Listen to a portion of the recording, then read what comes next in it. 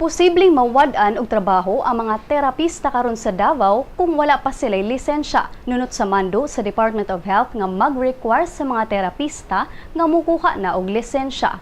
Si Fides Castaneda Bernabe, ang presidente sa Davao Wellness and Spa Association, niingon nga ang DOH ni mando sa Administrative Order number 2010-0034 o sa kabalao diin gi-require ang mga terapista nga makapasa sa licensure examination ug kinahanglan sab siya dunay Certificate of Registration ug lisensya nga gi-issue sa DOH Committee of Examiners for Massage Therapist.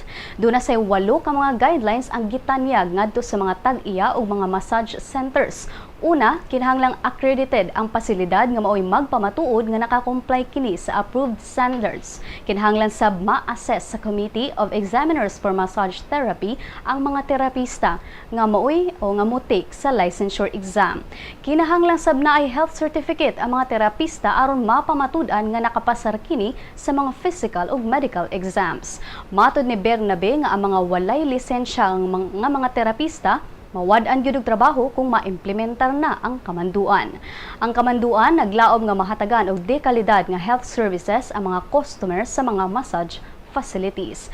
Og ang maong kamanduan sab gikatakdang maimplementar karong tuiga apan ang DOH nag-issue usa og moratorium aron sa paghatag sa TESDA ug higayon nga ang mga programa aron hanayon ang mga programa sa gobyerno alang sa mga terapista.